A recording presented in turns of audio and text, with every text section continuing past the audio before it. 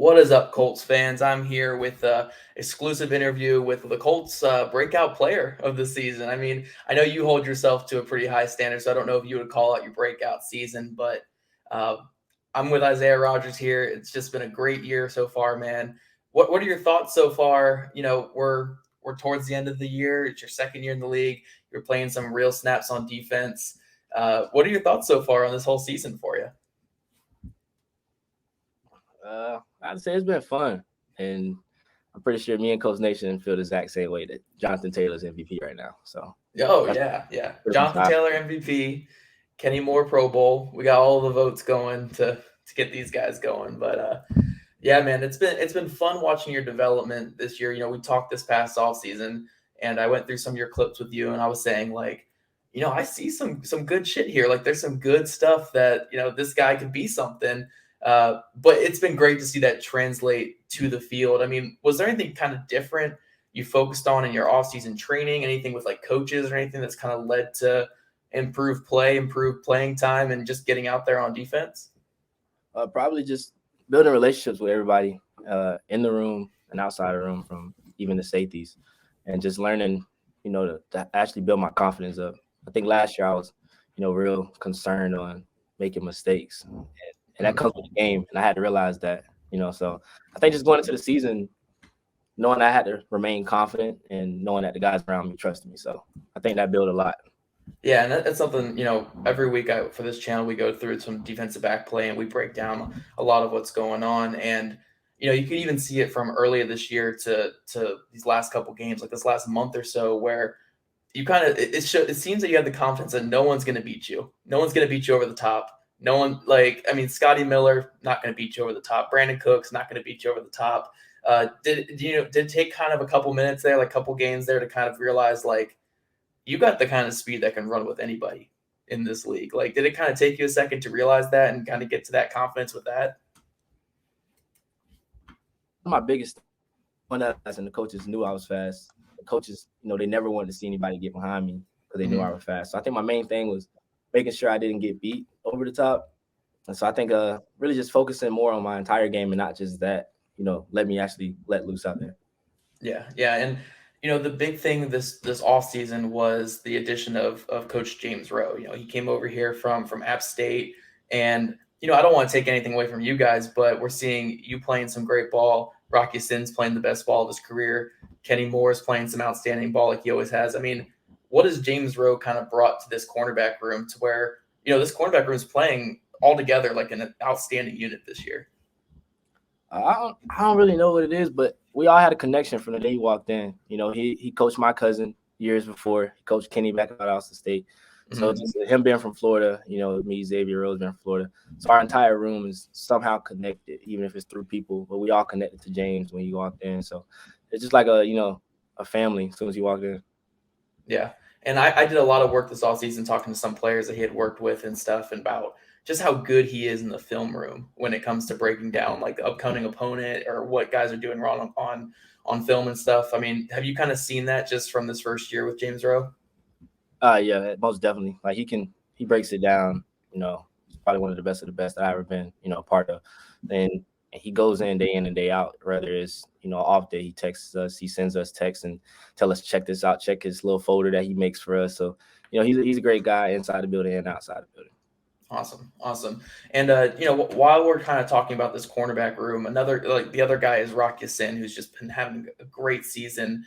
Uh, you're on Twitter, you're on social media. I'm sure you've seen Colts fans and people saying all the things about Rock in the past couple years. I mean, just in your opinion, seeing a guy out there playing some great ball and people praising him for it finally. How much has that meant to you to kind of see the way that he's playing? It means a lot to me because it builds confidence in the entire room. Mhm. Our main thing in our room is no one gets down. And as you guys can see from the video that went viral, when Rock pushed me, and that just shows you, the type of player Rock is. Rock loves the game and it shows right there. I'm finally happy people got to see it. It wasn't what people thought it was, but me and him talk, we text throughout the week and stuff like that. And we compete a lot. Like, I bet I get in session before you. So, we have like, our competitiveness in the room, but he's a great guy. I'm just happy, he's having fun while he's doing what he loves. Do you ever rub it in that you got more picks than him this year? Nah, I don't do that because see, we having a way much better year than me. Without the picks, I'm getting the targets, but they just not really trying like that because he's sticky tight coverage. He ended the game against the Packers, so Yeah. Yeah, he's I think I put it out the other day. In the last 5 games, he's allowed 3 catches, and like 170 snaps or something in coverage. Like they he's don't throw it at him. he's silently balling right now. But that's all it's about right now. Just we don't really care too much about the hype. Yeah, and then obviously we got the whole thing right now going on Twitter. Get Kenny Moore in the Pro Bowl. It's a big thing. I mean, obviously from your perspective, my perspective, and a lot of people's perspective, he's been the best slot corner in the NFL for 3 years now.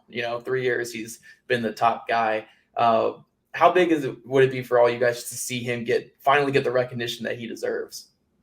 It'll be huge, and especially for our room, it Mhm. finally, put the nickels on the map, and really for the smaller guys like me, it's huge to see that, and and he's preaching right now, trying to make the nickel be a position in a Pro Bowl, and I'm pretty sure that probably most people have thought about this before, but I really think it should be a position, and if it is, he's guaranteed automatically.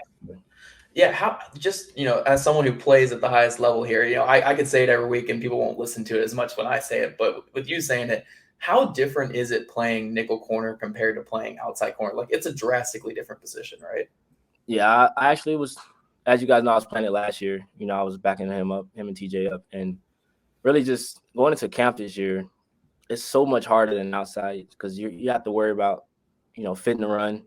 Also, it's so much more field to work with, and it's so much more reads. And you have to communicate with from the DN to the linebackers to the safeties to also the corners. And there's so much communication that the nickel requires. And I just was losing myself too much trying to play in there. And Kenny is hands down the greatest at it. His communication skills are, great. So it's a hard position.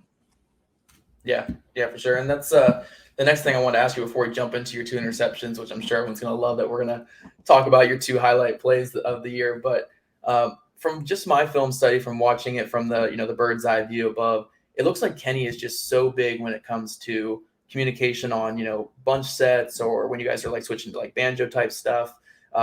Kenny's just the guy who's directing traffic back there. But you being on the field, is Kenny just vital to your guys' kind of communication? With a lot of that goes on in the back end of the defense.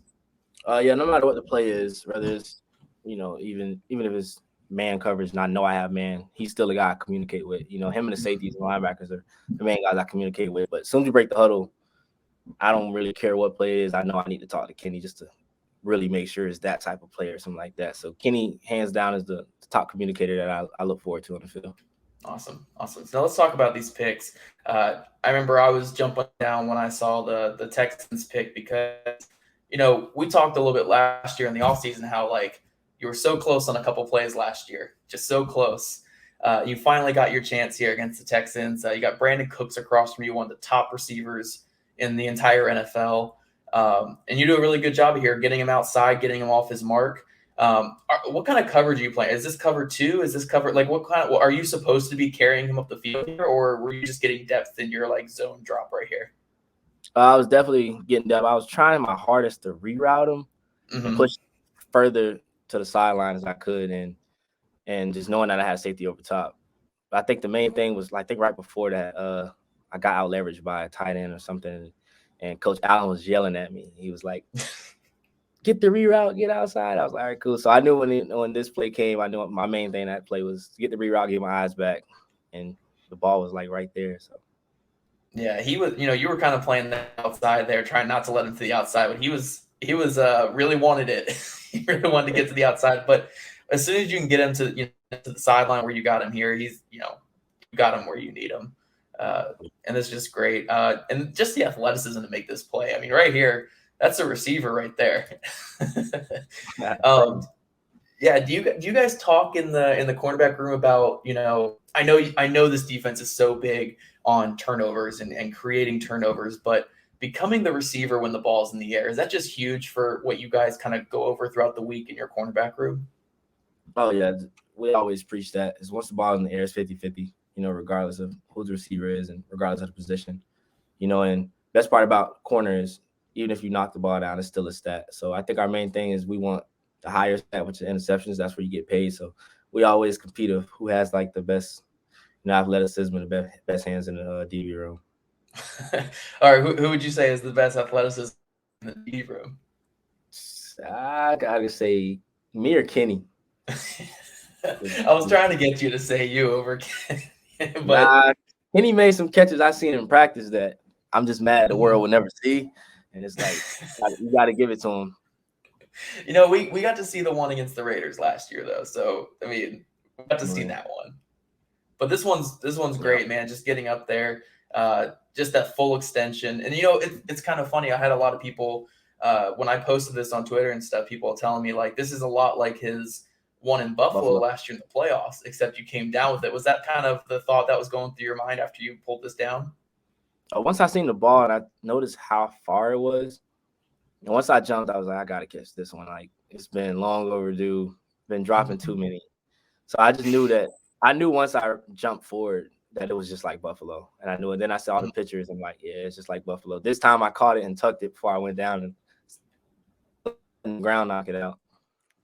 Yeah, just a great play, man. I know there was a lot of Colts fans and people that were just pumped that you got your first one here. But then we're going to talk about your second one here, where I think it was, arguably a better play on the ball. We actually, for the channel here, me and my buddy who broke down the film, he put this as his number one play from all defensive backs on the season. He thought it was that great of a play by you. But I saw you did a little bit of press conference after this. I think you were on the podium after this game. And you said that Kenny was telling you that you're probably gonna get that deep shot from Scotty Miller here. Yeah, he's telling me right there when he's looking back, which made me move back inside, which is what I just did. And I was already focused on knowing that Tom, he's a great quarterback. He's at the other hash.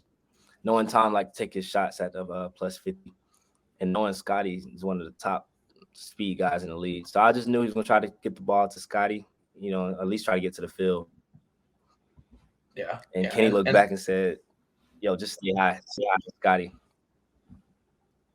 Yeah, man. I mean, this is just, again, this is kind of what we just talked about a few minutes ago when we talked about your speed and stuff like that. But to have a guy like Scotty Miller lined up across from you, even though you're playing off, so you have a little bit of a cushion, Scotty Miller is a freaky athlete. He can get upfield and he can close gaps. We saw there's a play in this game where he pulled away a little bit from Rock late in the route and kind of drew the pass interference. But, Scotty Miller is a freaky athlete, and you don't panic once in this whole thing. Do you think that's, maybe as a rookie you might have panicked in this situation? Most definitely, because I would have been mainly focused on the fact that I was playing Tom as if I was a rookie, but playing Tom as a rookie and trying to make any mistakes at all. And I think that would be my main thing last year. I have to say the last year me probably wouldn't have made that play. Yeah. And I was joking with my buddy when we were going over this clip, though. But this is very like, that combine drill where it's open your hips one way, open your hips the other, open it the other way, and then break on the ball. It's very much like that combine drill. This is literally the exact drill they run where you open it one way, open the other. It's just super fluid, tracking that ball. Did it kind of feel like a kick return there, the way that you were tracking it? Because you kind of look, you're moving back like it was a kick return there. I just think the way I turned, I knew if I turned the other way, I'll lose sight of the ball, and I didn't want to lose sight of the ball. So I just kept my eyes on it and just turned the way I turned. And really, like I said, it's 50-50 at that time, and the ball just like fell right into my hands. Yep. Did it feel good picking off, what many people call the greatest quarterback to ever play? You kind of have that, keeping that ball and telling everyone you picked off Tom Brady. It was huge. It was, it was a special day, playing against my hometown team, and knowing that it was also my mom's birthday. It was just a huge day. My mom was sitting right there where I got the interception, so it was just a huge moment, huge day, and just knowing that I picked off Tom Brady. That was one thing my cousin never done, and that's the first thing he texted me. He was like, "You finally did something I never done," and that was my main accomplishment. Was finally doing something he never done, which was a good thing. So it was just a huge moment. Yeah, man. Yeah, and you guys were almost able to pull it off from your kick return late in the game too. Just an outstanding day against the best team in the league. This pick I think really solidifies where if anyone had any doubts that you were a guy who could play some defense and get out there and ball for this defense, I feel like that was like the game where it's like, okay, like Isaiah Rodgers has arrived. But where's your confidence at right now with playing defense? Like we're playing playing a lot on defense. The team's rolling right now. You guys are coming off that huge win against the Patriots, where I'm sure you guys were all amped up about. Just kind of how's your guys' confidence these last couple games here? You guys just kind of stay in the course until the playoffs? Our main thing right now has just been 1-0 every week. We focus on one game at a time, and right now it's the Cardinals. We're not looking forward. We're not looking backwards. Not letting anything from the past. We're not looking saying, dang, we should have won this game. We should have won that. We know we control our own fate right now. We're just going to focus on one game at a time. Awesome, man. Awesome. Well, hey, congrats on the play this year so far. Congrats on your success you've had. Honestly, from last year, from when we talked, where I was like, hey, hopefully we get a couple more defensive snaps to talk about next year. Wow. Now we're talking like, man, hopefully get some more picks and stuff these last couple games that we can talk about. But it's been a great season for you guys, a great season for you in particular. And this whole defensive back group is playing out of its mind. So I appreciate taking the time to sit down with me. And, hopefully we get to see this keep going all the way into the Super Bowl, man.